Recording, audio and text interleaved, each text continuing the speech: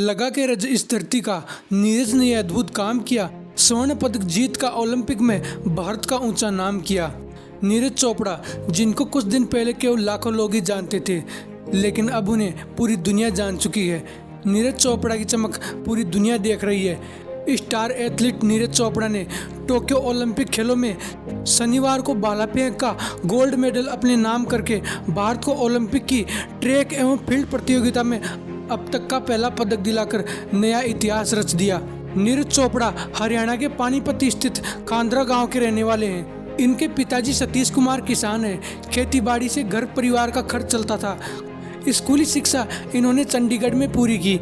इन्हें पढ़ाई के साथ पिता और चाचा के साथ खेत पर जाकर उनके साथ काम करना पसंद था। बचपन से ही नीरज चोपड़ा गोल मटोल थे, इसलिए पिता और चाचा इन्हें खेतों में ले जाते थे कि कुछ काम करेंगे तो शरीर ठीक हो जाएगा। 11 साल की उम्र में ही इनका वजन करीब 80 किलो था। वजन से परेशान रहने लगे तो इन्होंने पानीपत स्टेडियम में दौड़ लगाने की योजना बनाई। स्टेडियम घर से 17 किलोमीटर दूर था और बस से जाने के लिए 30 रुपये का किराया लगता था। कई बार किराया बचाने के लिए ये लिफ्ट लेकर स्टेडियम पहुंचकर रनिंग की प्रैक्टिस करते थे। जब ये दौड़ते थे तो स्टेडियम में इन्हें देखने वालों की भीड़ लग जाती थी। उस वक्त लोग नीरज को तूफान कहकर बुलाने लगे। नीरज ने स्टेडियम में जेवलिन पहली बार देखा था।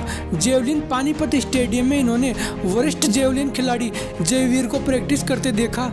धीरे धीरे इन्हें भी जेवलिन में रुचि हो गई और नीरज रोजाना प्रैक्टिस मैच देखने लगे। कुछ दिन बाद ये जयवीर द्वारा फेंके गए जेवलिन को उठाकर लाने का काम करने लगे। इन्हें जब भी मौका मिलता था भाला फेंकने की प्रैक्टिस करने लगे।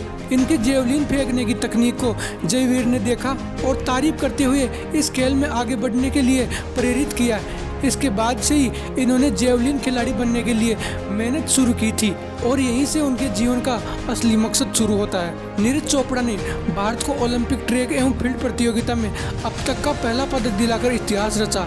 एथलेटिक्स में पिछले 100 वर्षों से अधिक समय में भारत का यह पहला ओलंपिक पदक है। इसके अलावा नीरज भारत की तरफ से व्यक्तिगत स्वर्ण पदक जीतने वाले दूसरे भारतीय खिलाड़ी हैं। इससे पहले निशानेबाज अभिनव बिंद्रा ने बीजिंग ओलंपिक 2008 में पुरुषों की 10 मीटर एयर राइफल में स्वर्ण पदक जीता था। नीरज की बास्केटबॉल में कलाई की हड्डी टूट गई थी। पंचकुला में बास्केटबॉल खेलने के दौरान इनकी कलाई की हड्डी टूट गई थी, जिसके बाद डॉक्टरों ने 6 महीने आराम करने की सलाह दी। कलाई टूटने के बाद नीरज चोपड़ा ने मान लिया था कि अब करियर खत्म हो गया है और ये अब कभी जेवलिन नहीं फेंक पाएंगे। आराम के लिए घर आए तो 2 महीने तक वर्कआउट बंद होने से इनका वजन 82 से 93 किलो हो गया।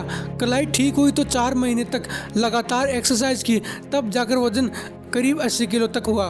इसके बाद वेट मेंटेन करने के लिए एक्सरसाइज कर रहे हैं। नीरज चोपड़ा ने फिटनेस का पूरा ख्याल रखा। रोजाना सुबह 6 बजे से 10 बजे तक एक्सरसाइज के साथ प्रैक्टिस करते हैं। मसल्स की रिकवरी के लिए थोड़ा आराम करते, फिर इसके बाद लंच लेते हैं। शाम 4 बजे से 8 बजे तक प्रैक्टिस करते हैं। जिम के साथ मेडिन बॉल और साइड होल्डिंग एक्सरसाइज भी करते हैं, जिससे शरीर मजबूत रहे। खाने में रोटी, हरी सब्जी और खीर लेते हैं। चैंपियन की तैयारी के दौरान प्रोटीन युक्त डाइट अधिक मात्रा में लेते हैं। नीरज चोपड़ा का वास्ता सेना से भी रहा है। 2016 में इन्हें नायब सूबेदार के पद के साथ भारतीय सेना में एक जूनियर कमीशन्ड अधिकारी नियुक्त किया गया था। और अंत में यही कहूँगा कि लक का तो पता नहीं, लेकिन अवसर जरूर मिलते हैं मेहनत करने वालों को। दोस्तों, नीरज चोपड़ा का नाम इतिहास में याद रखा जाएगा। जहाँ पूरी दुनिया में भारत का शेर अकेला गोल्ड जीत लाया है, ये बहुत बड़ी बात है। इनके सम्मान में दिल से जय हिंद जरूर लिखे। जय हिंद, वंदे मातरम।